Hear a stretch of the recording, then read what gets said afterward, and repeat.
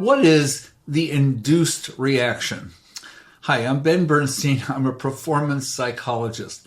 I didn't start out as a performance psychologist. Over 50 years ago, I was trained as a therapist, and I noticed in my first days in private practice that I would be, at the end of the day, kind of feeling low or depressed or maybe even anxious.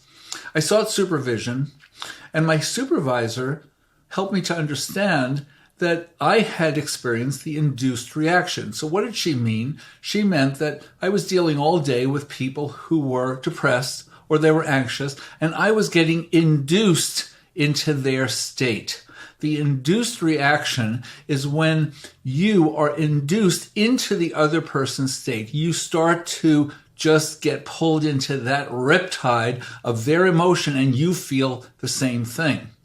This can be very helpful diagnostically if the therapist just picks it up but doesn't stay with it in their own body and their own self. Just picks up, ooh, that I feel that anxiety, but doesn't hold it, which is what I was doing. So I'd like to show you how this operates in our daily lives. When people ask me, Dr. B, what's an example of the induced reaction? I like to show them this example. Your child comes running into the room screaming, "Daddy, Daddy, Daddy!" And Daddy goes, "Calm down!" Daddy just got induced into kiddo's state. Kiddo came in all worked up, angry, disturbed, aggravated, whatever was going on, totally uncalm, and Daddy responds exactly the same way. Not a helpful response.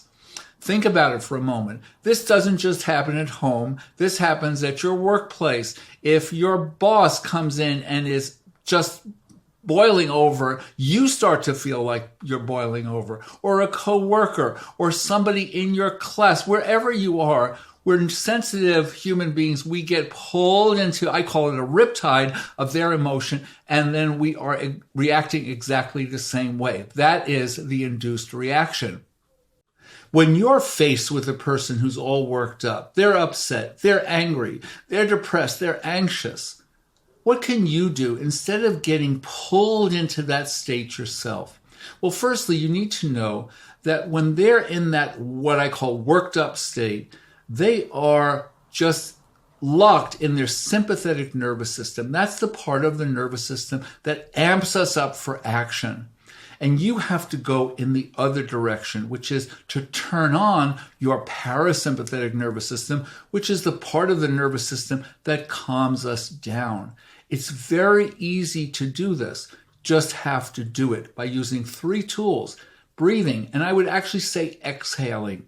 Chances are when a person is facing you and they're all worked up, you're probably holding your breath. Check it out for yourself. Just exhale, let your breath out. Don't hold your breath.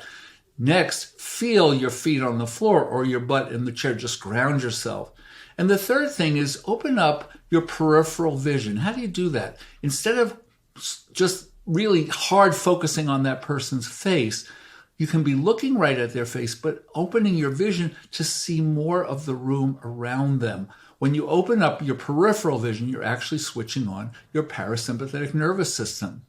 Use these 3 tools to stay in a calm state so that you can actually listen to what the person is saying and move towards some kind of resolution rather than getting whipped up into it yourself, and it will make everything more difficult for the both of you. You can do it, just do it.